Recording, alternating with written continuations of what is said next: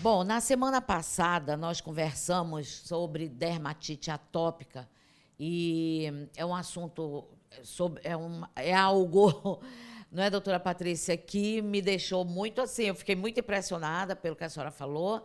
E agora a gente vai falar de diagnóstico, de como é que se trata e tudo isso. Bom, doutora Patrícia, qual é, depois do diagnóstico, qual é como funciona o tratamento? Muito bem, é como eu falei no programa anterior, precisa que a família, né, promova uma avaliação e uma interação com o médico. Ou como é que faz isso? Você precisa de um controle ambiental realmente, tanto do ponto de vista dos cuidados caseiros em relação à higiene, ao uso de produtos de cheiro forte que devem ser evitados na higiene da casa, a roupa de cama dessa criança, evitar tecidos sintéticos, de preferência o algodão, que é muito menos sensibilizante. Em relação ao alimento dessa criança, né? Evitar alimentos coloridos, evitar, porque diga-se de passagem, na pequena infância, quando a criança ainda é muito pequenininha e o sistema imunológico ainda está muito imaturo, quando você oferta para essa criança alérgica em especial uma quantidade muito grande de corantes, conservantes, aromatizantes, isso é como se você tivesse literalmente, mas cutucando o sistema imunológico dessa criança, né? Que já é tão hiperativado, né? Sim. Então, cercar também nesse sentido de uma alimentação bem mais regrada,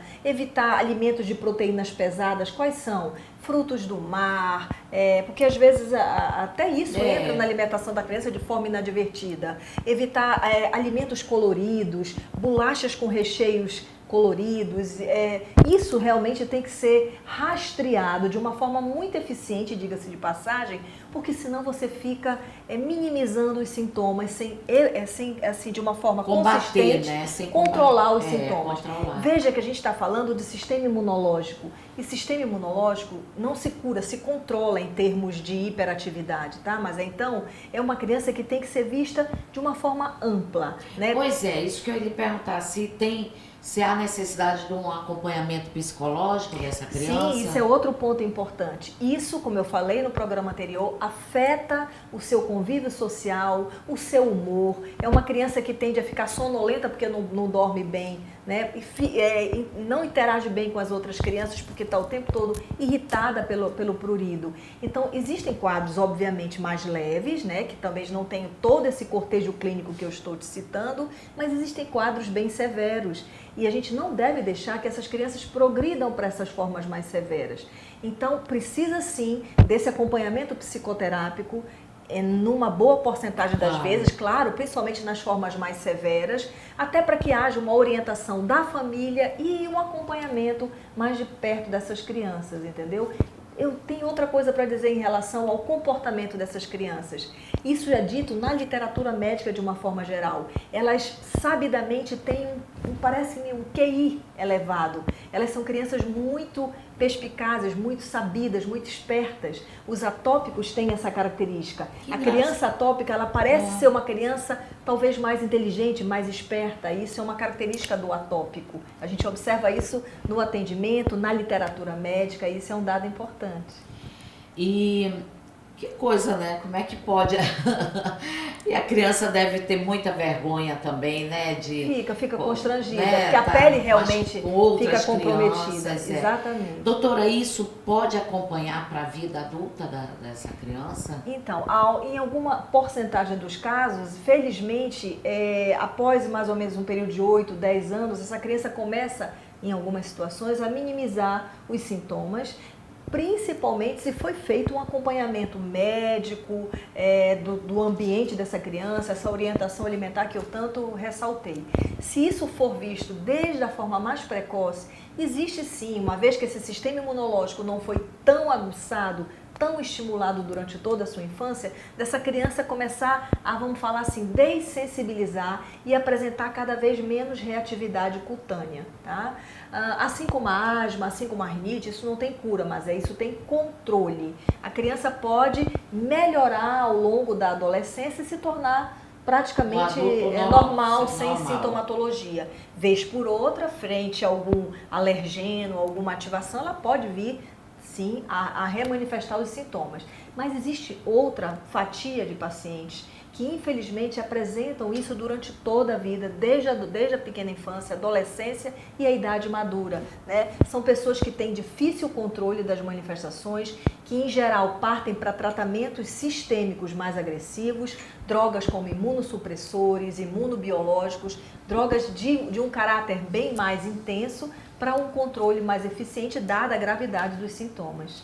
Uma pergunta que eu não sei se está muito fora disso, mas me ocorreu de lhe fazer. Tem alguma coisa a ver já na idade adulta disso se tornar rosácea? Não, a rosácea é uma outra entidade, Outra não tem. vertente, Agora, tu talvez falaste na rosácea em relação à vermelhidão. É vermelhidão, né? Só que a rosácea é um quadro que se caracteriza mais pelo eritema, pela vermelhidão facial, né? Um paciente que apresenta uma instabilidade vasomotora muito grande, ele fica vermelhinho quanto a qualquer alteração de temperatura. A dermatite atópica é um quadro mais geral, mas em que a pele, de uma forma geral, está afetada, talvez com vermelhidão, mas principalmente com ressecamento, é uma pele caracteristicamente mais desidratada. E em cima disso eu falo algo em termos de tratamento que é fundamental. Eu repito isso todos os dias no meu atendimento.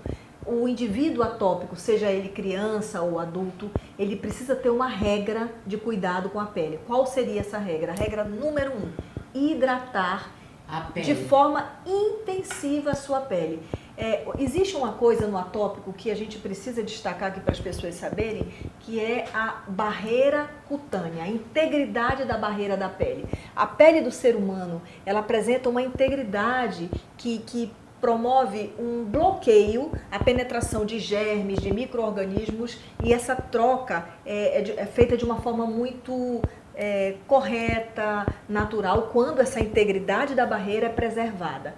Infelizmente, no indivíduo atópico, uma das principais características, além do ressecamento, é a quebra, é a fragilidade dessa barreira de proteção. Então, como é que se reconstitui, ou pelo menos se minimiza essa perda da integridade? Através da hidratação. Hoje existem na medicina hidratantes específicos para o paciente atópico.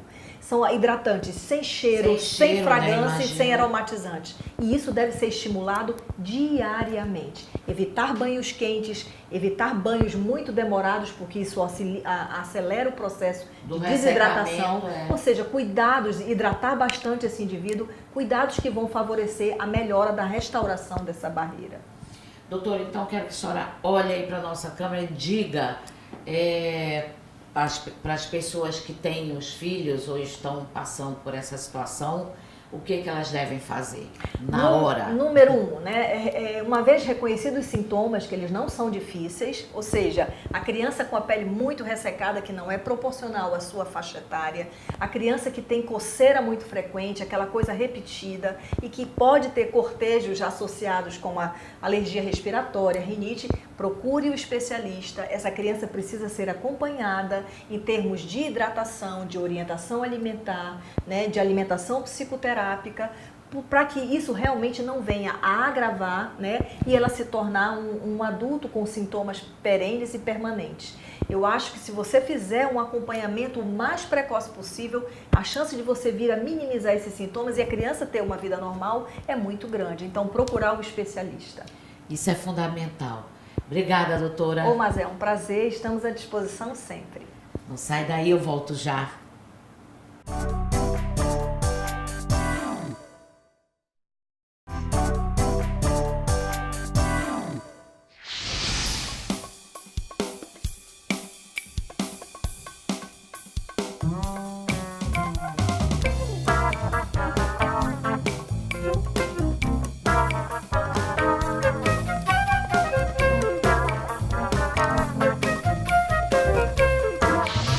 E aqui estou com Arnaldo Garcês, esse artista plástico maravilhoso, está com esta obra linda, essa exposição maravilhosa também. E eu quis mostrar para vocês, primeiro, a montagem. A gente vem no dia da festa, claro, mas a montagem, mostrar... Olha só como ele está cansado. Arnaldo, como é que foi? Você viaja o mundo inteiro, você expõe em Nova York, tem belas telas no Rio de Janeiro, mas você veio expor aqui em Manaus. Qual é esse cordão umbilical continua? Esse cordão umbilical continua e vai continuar por muito tempo. Nessa exposição, são duas questões de aspectos diferenciados. Eu estou comemorando 40 anos de trabalho. Dentro desses 40 anos, eu resolvi fazer uma enquete sobre todos os temas que eu abordei desse tempo. Então, sobre a música, sobre a dança, sobre os bares. Todas essas questões que eu trabalhei, eu resolvi fazer um conjunto para fazer como se fosse uma retrospectiva desse meu tempo de 40 anos de trabalho. Bem, com relação a esse cordão umbilical que nunca foi cortado, eu vou fazer 60 anos de idade no dia 18, então eu resolvi fazer essa exposição comemorativa. E é exatamente em Manaus onde tudo começou, em 1977. Arnaldo, de quem é a curadoria? A curadoria de uma pessoa maravilhosa chamada Eliane Slipoy, que é minha esposa, que nós estamos trabalhando nesse projeto há algum tempo, acompanhou toda essa série, que inclusive fez os projetos todos para a montagem, e nós estamos trabalhando, continuamos trabalhando, está no Rio de Janeiro, mas deve chegar aqui no dia 25. E aqui teve a colaboração direta do Sérgio Cardoso, aqui da Ruth, do Ibeu, que tem feito uma assessoria sem realmente, não tenho nada a questionar, eu tenho só a agradecer. E tá linda, assim, você separou por temas e tá belíssimo. Eu queria falar muito do seu traço e do grande azul que você usa também. Bem, nesse processo todo de tempo, de aprendizado, quando eu saí de Manaus, 79. Engraçado, porque tem uma coincidência interessante, porque a primeira exposição que eu fiz, aconteceu um furto na exposição. Isso rolou uma história, me traumatizou, porque é a primeira exposição, isso foi uma ideia do Jorge Tufi. E a primeira pessoa que eu dei uma entrevista na minha vida foi a Emingarda Junqueira. E nisso, nós comentamos sobre isso. E ela fazia perguntas, eu não entendia nada que ela perguntava sobre bienais, eu não tinha formação nenhuma. Então, foi quando eu realmente decidi, acabei o colégio e saí de Manaus para estudar. Na verdade, eu queria estudar arquitetura. Fui embora para o Rio de Janeiro, depois São Paulo, depois Rio de Janeiro de novo, e formei na Escola de Artes Visuais. De lá fui para a Alemanha. Essa estada na Alemanha, eu já via uma ponte de relação com o expressionismo alemão. Quando eu me dei conta, eu já estava envolvido com a filosofia do movimento, estava envolvido com a história do movimento em geral, e a técnica, a pintura, e a grande revolução da pintura universal. Aí eu comecei a estudar o expressionismo direto, e essa linguagem adentrou toda a minha relação do que eu expresso hoje através do meu trabalho. A técnica toda foi dentro dessa escola. E o azul? Bem, esse azul que me persegue, que é um azul... Que é lindo, meu Deus. Eu vi há algum tempo acompanhando... E olha que eu sou vermelha, hein? Eu vi há algum tempo procurando entender qual era esse grande fascínio do azul sobre alguns pintores. Foram vários pintores, Velázquez que teve essa fase, Picasso também. E, na minha relação, eu vinha trabalhando muito com pigmento. Quando eu estive em Nova York estudando, passei 4 meses na academia em Nova York fazendo o curso de ergonomia, e dentro comecei a ver o trabalho de como se confeccionava tinta, como é que os artistas estavam se libertando da questão industrial. E passei a pesquisar, comecei a usar também no meu trabalho. E aí, nesse, eu comprei um material, e pela primeira vez eu fui fazer essa experiência, e está aí o azul. Lindo! Esse azul que eu trouxe em cima desse conjunto de trabalho. Exatamente. Nós escolhemos 25 temas do jazz tradicional, e provavelmente alguns outros amigos, como o Marco Lacerda, ele vai chegar agora. Que esteve comigo no Rio de Janeiro, como você esteve presente na exposição, que foi uma exposição muito bem elaborada, muito bem apresentada na IDELE. E a exposição vai continuar por 3 meses. Antes de estar em Manaus e no Rio, eu fiz em São Paulo, na EPS, nos Jardins.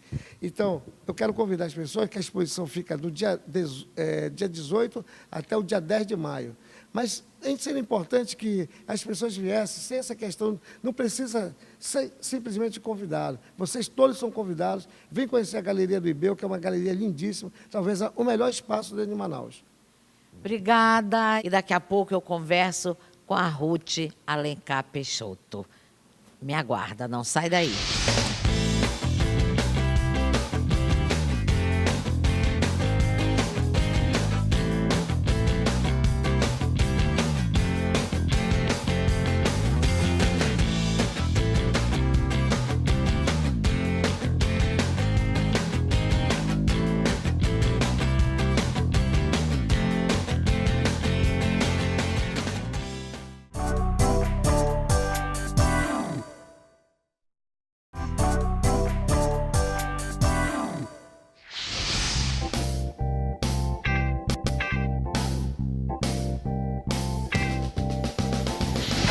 E eu estou aqui na entrada da Galeria do IBEU. Eu acho que está dando para você ver alguma coisa. É um dos lugares mais bonitos, viu, Ruth? Que eu já vi aqui em Manaus, assim, preparado mesmo como galeria. Concordo plenamente. Já tem 16 anos, foi inaugurada em 2001 pelo Anísio Melo, em seguida Moacir Andrade, e nós ficamos honradíssimos e muito orgulhosos de apoiar talentos da prata da casa, como é o caso do Garcês, o Arnaldo, pessoalmente um amigo de adolescência, de longas datas, mas reconhecido nacional. Pois é, assim, como foi para o IBEU abraçar assim, essa obra do Arnaldo, 40 anos, a escolha dele pelo IBEU, pela galeria, claro, mas vocês, como é que estão vendo esse trabalho sendo abrigado aqui pelo IBEU? O Arnaldo, no jubileu de diamante do IBEU, ano passado, que nós tivemos 3 grandiosas exposições, ele foi um dos artistas convidados pelo IBEU, expositores. E, assim como ele, os mais conhecidos e badalados, contemporâneos da atualidade, estão nessa fase de celebrarem 40, 45, 50. Ele foi o mais próximo do IBEU, o Rui Machado será em seguida também, Sérgio Cardoso, mas o Arnaldo fazendo 40 anos. E é a primeira vez, assim, como ele é o único expositor, não é isso que é legal também? Sim, ele já fez várias coletivas. Isso. Essa individual dele é a primeira nessa galeria. E a decisão do conselho diretor, do nosso presidente Luiz Fabian, é de apoio a essas iniciativas artísticas, no sentido de, além de fomentar, de favorecer a divulgação das artes como um todo para a sociedade, tentar o apoio também financeiro para que esses artistas consigam realizar. O IBEU cede o espaço, a logística e esse custo da galeria aberta, que existe um custo ar-condicionado. Nossa, imagino, e assim é um lugar tão lindo, tão amplo, tão clean, como a gente estava falando, e as obras do Arnaldo aqui distribuídas, ela assim, tá um grande mosaico mesmo, está muito lindo. Olha, a exposição, ela não se resume unicamente no vernissage, que a gente espera, tem certeza que será um estouro e vai ser impactante. Ao longo da exposição, nós teremos intervenções. Isso é o que é bacana, que vem acontecendo desde o ano passado, na coletiva que ele participou. Ele ficará aqui, em alguns dias nós avisaremos, divulgaremos, fazendo chats, bate-papos, pequenas oficinas, se houver número interessado. Alunos de arte sempre procuram visitação em grupo, com a orientação do próprio artista. Isso é muito bacana e mobiliza bastante, tanto a galeria e, logicamente, o artista, junto ao público, não é? Então, já falei que dia 18 agora e às 19h30 abre a exposição. Eu quero saber os dias, até quando vai. Eu já tinha até perguntado isso ao Arnaldo, mas eu quero que você repita. Até quando vai a exposição do Arnaldo, dias de visitação e horário. Os dias de visitação, dias úteis de segunda a sábado, somente no sábado até às 17 horas. Nos demais dias da semana até às 20 horas, que é o meu horário aqui no IBEU. E eu mesma fico aqui de tour guide, relembrando o passado, que já fui do teatro, com o maior carinho, de receber, inclusive, visitas agendadas, juntamente com o Arnaldo. O dia, a data de encerramento, oficialmente é o dia 10 de maio, mas, eventualmente, se for necessário, como já aconteceu em exposições passadas, a gente prolonga um pouquinho, se houver tempo hábil para isso e necessidade. Vou contar uma historinha que eu soube agora, nesses momentos de montagem dessa exposição. É emocionante. O resgate de uma peça de arte, uma obra de arte. O Arnaldo pode se aproximar e contar, porque aqui ao lado do IBEU funcionou por muito tempo a Escola de Artes do Anísio Melo, muito conhecido, já falecido, foi ele que inaugurou essa galeria. Arnaldo, vem aqui, Arnaldo, fala. Isso é uma verdade. Outro dia, fui até um bar aqui, no Caldeira, que é o bar tradicional, e um moço me chama, correndo, vem atrás de mim, senhor, preciso falar com o senhor. Eu tenho uma obra sua, quero vender. Eu disse, mas cobra, sim, é sua, de 1979. Eu disse, impossível. No começo da carreira. E eu não acreditei, ele foi buscar a obra. Só quando ele veio com a obra estava toda deteriorada. Eu tenho com ela aqui, comprei a obra, porque ela estava no lixo. Ela foi achada no lixo, e ele me reconheceu pela assinatura. Então, eu resgatei, essa obra também vai estar participando dessa exposição. Que bacana! Temos um cantinho especial que ainda falta decidir onde ela ficará. O resgate do lixo da antiga Escola de Arte do Anísio. Ele faleceu, provavelmente, na reforma, jogaram inadvertidamente. É isso aí, muito obrigada. E você vai, no próximo bloco, você vai ver a festa, porque isso aqui vai se transformar numa grande festa Suíte das Cores. Vem comigo.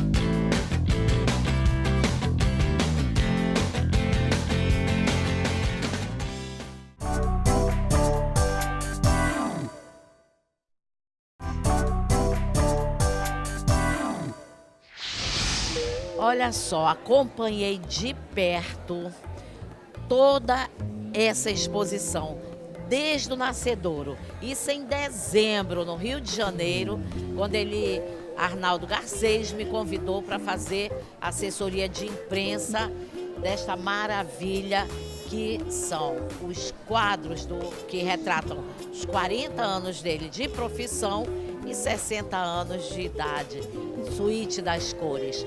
Então você vai ver isso, exatamente. Eu depois vim para cá em Manaus, acompanhamos a arrumação toda, conversamos com ele no momento das arrumações, com a Ruth Alencar Peixoto, e agora aqui a grande festa, né? Então, assim, vale muito a pena você conferir. Se você não veio na abertura, fica aqui até o dia 10 de maio, na Galeria do IBEU, aqui na Joaquim Nabuco.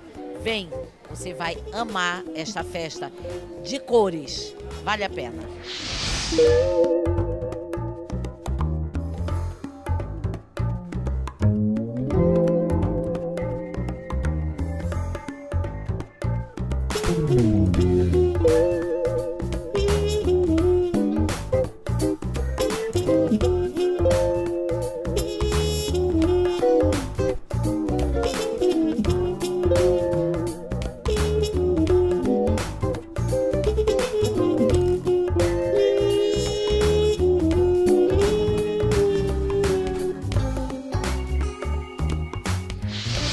Arnaldo, é a festa, agora não tem para onde ir, não é? Estamos na exposição Suíte das Cores, com todo o povo aqui te prestigiando. E eu dou de cara com esta coisa que é o início de tudo, que coisa linda, que você fez assim, hoje isso? Fiz agora à tarde, quase no final 6 horas da tarde. A gente criou foi uma questão de improviso. Eu ia pintar um quadro ao vivo. Eu disse, não sabe o que eu vou fazer? Essa parede estava branca, estava me incomodando. Eu resolvi compor esse espaço, realmente mostrar um lado gráfico mesmo, numa coisa onde aqui representa o começo da minha pintura. Né? É a origem, o carvão. Olha, mas está muito legal. E agora a gente vai degustar desta vez com tudo muito bem bonito, muito arrumado. Você também. E muito sucesso aqui na tua exposição, que com certeza vai ser, Arnaldo. Eu quero agradecer, principalmente ao IBEU, novamente, agradecer a você por toda essa produção maravilhosa, que eu acho que esse foi um casamento muito bacana. E eu acredito que as pessoas vão ter a oportunidade hoje de entender o projeto de um artista com 40 anos de atividades, no seu ápice de amadurecimento profissional. Obrigada. E vamos lá, vamos dar um giro. Obrigada.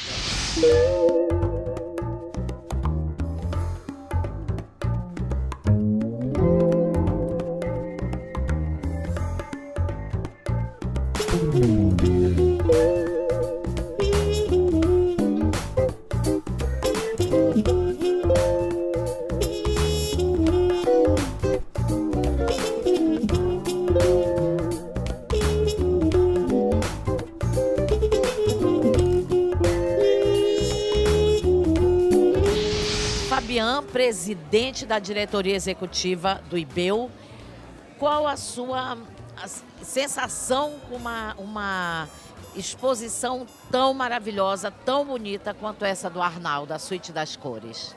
Mas é sempre um enorme prazer para o IBEU receber figuras tão ilustres e dessa vez não podia ser diferente, não é? Arnaldo Garcês, que resolve nos presentear Manaus com a comemoração dos seus 40 anos de pintura. E hoje, 60 de idade. 60 de idade, comemorando e celebrando hoje, não é? E o Arnaldo, ele não é a primeira vez que ele expõe no IBEU, ele já expôs diversas vezes no IBEU, mas poucos são os artistas que retratam a mulher com a sensibilidade do Arnaldo. Arnaldo é muito especial para nós e tem sido assim no IBEU. Nós temos recebido ao longo dos últimos anos artistas locais, nacionais e internacionais, renomados ou ainda não conhecidos, porque é importante que a gente divulgue e fomente a divulgação da cultura na nossa cidade. E pessoas como você nos ajudam muito a fazer isso. Para mim foi um prazer. Foi um prazer.